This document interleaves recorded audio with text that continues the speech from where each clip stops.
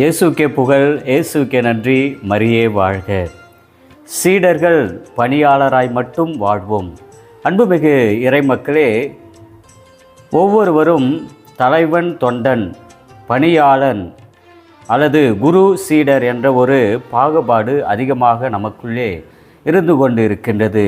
குறிப்பாக யார் பெரியவர் என்ற கேள்வியை சீடர்கள் கேட்கும் பொழுது அனைவரும் ஆண்டவர் இயேசு கிறிஸ்துவுக்கு தொண்டர்களே, பணியாளர்களே.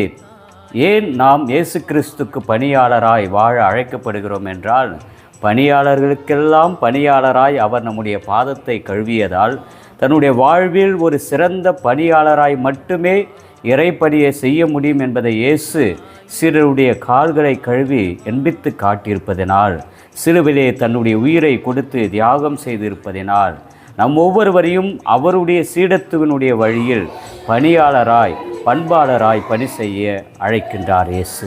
அதைத்தான் மத்தேயு எழுதிய நற்செய்தி அதிகாரம் 10 இறைவசனங்கள் 24 முதல் 33 நாம் வாசிக்க கேட்கின்றோம். சீடர் குருவை விட பெரியவர் அல்ல, அதே போல பணியாளர் தம் தலைவரை விட பெரியவர் அல்ல. பெரியவராக இருக்க நாம் விரும்பக்கூடாது. ஆனால் ஒரு சீடர் குருவைப் போல இருக்கலாம், ஒரு பணியாளர் தலைவரை போல இருக்கலாம் என்பதைத்தான் இயேசு என்ற நாளிலே நமக்கு சுட்டி காட்டுகின்றார். இயேசுனுடைய பணியை செய்ய அழைக்கப்பட்டிருக்கின்ற கிறிஸ்தவர்களாகிய நாம் ஒவ்வொருவரும் அந்த குருவாகிய தலைமை குருவான இயேசு கிறிஸ்துவை விட நாம் பெரியவர் அல்ல.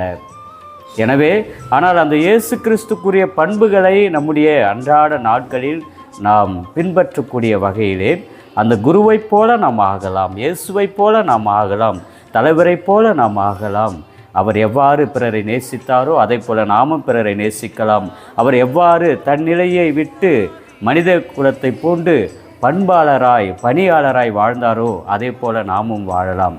எக்காரணத்தை கொண்டும் நாம் அந்த ஒரு பணியாளருக்குரிய நல்ல பண்பை விட்டுவிட்டு என்னால் தான் அனைத்தும் செய்ய முடியும், நான் செய்கின்ற ஒவ்வொரு செயலுக்கும் நான் தான் காரணம், இறைவன் காரணம் அல்ல, என்னுடைய குரு ஆண்டவர் இயேசு கிறிஸ்து காரணம் அல்ல, என்னுடைய தலைவர் ஆண்டவர் இயேசு கிறிஸ்து காரணம் அல்ல, நான் தான் காரணம் என்று நினைக்கின்றோமோ, தற்பெருமையை நாடுகின்றோமோ, தற்புகழ்ச்சியை நாடுகின்றோமோ, அப்பொழுது நாம் குருவை விட, இயேசு என்கின்ற குருவை விட, இயேசு என்கின்ற தலைவரை விட பெரியவராக விரும்புகின்றோம். நாம் எப்பொழுதும் இயேசு கிறிஸ்துடைய வழியில் அவருடைய பண்பை பின்பற்றக்கூடிய நல்ல சீடர்களாக, சீடத்தியாக வாழ வேண்டும் என்று இந்த நேரத்திலே மன்றாடுவோம். சிறப்பாக அன்னையினுடைய நாள் இன்று சனிக்கிழமை.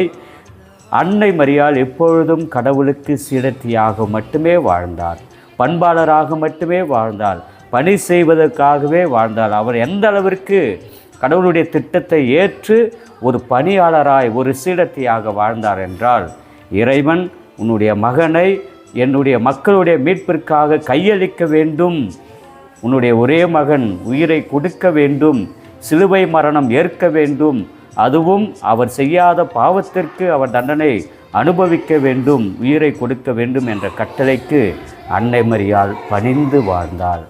இத்தகைய ஒரு பணிவுதான் நமது வாழ்விலும் இருக்க வேண்டும். அந்த பணிவில் தியாகம் நிறைந்த பணிவாகவும் இருக்க வேண்டும். அன்னை மரியாள் எப்பொழுதும் கங்கணம் கட்டி கொள்ளாமல் ஆண்டவருடைய வார்த்தைக்கு முழுமையாக பணிந்து இறைப்பணி செய்தது போல நாமும் நமது வாழ்வில் அன்னை மரியாளைப் போல நல்ல பணியாளராய் வாழ வேண்டுமென்று அன்னையினுடைய உதவியை வேண்டி ஜெபிப்போம். என்றும் வாழும் எல்லாமல்ல இறைவா, உம் தாய் மரியாள் எப்பொழுதும் நான் கடவுளின் தாய் என்ற ஒரு பெருந்தன்மையோடு கங்கணம் கட்டி கொள்ளாமல், நான் எப்பொழுதும் ஆண்டவரின் பணியாளர், நான் எப்பொழுதும் கடவுளுக்கு சீடத்தியாக வாழக்கூடிய அல்லது வாழ அர்ப்பணிக்கப்பட்ட, அழைக்கப்பட்ட சீடத்தி என்பதை தன்னுடைய மனதிலே ஏற்று தியானித்து வாழ்நாள் முழுவதும் அவள் சீடத்தியாக வாழ்ந்தது போல நாங்களும் பணிபுரிவதில் பணியாளனாய் வாழக்கூடிய ஆசிரியும் அருளையும் எமக்கு பொழிவீராக. ஆமேன். இயேசுவுக்கே புகழ், இயேசுவுக்கே நன்றி, மரியே வாழ்க.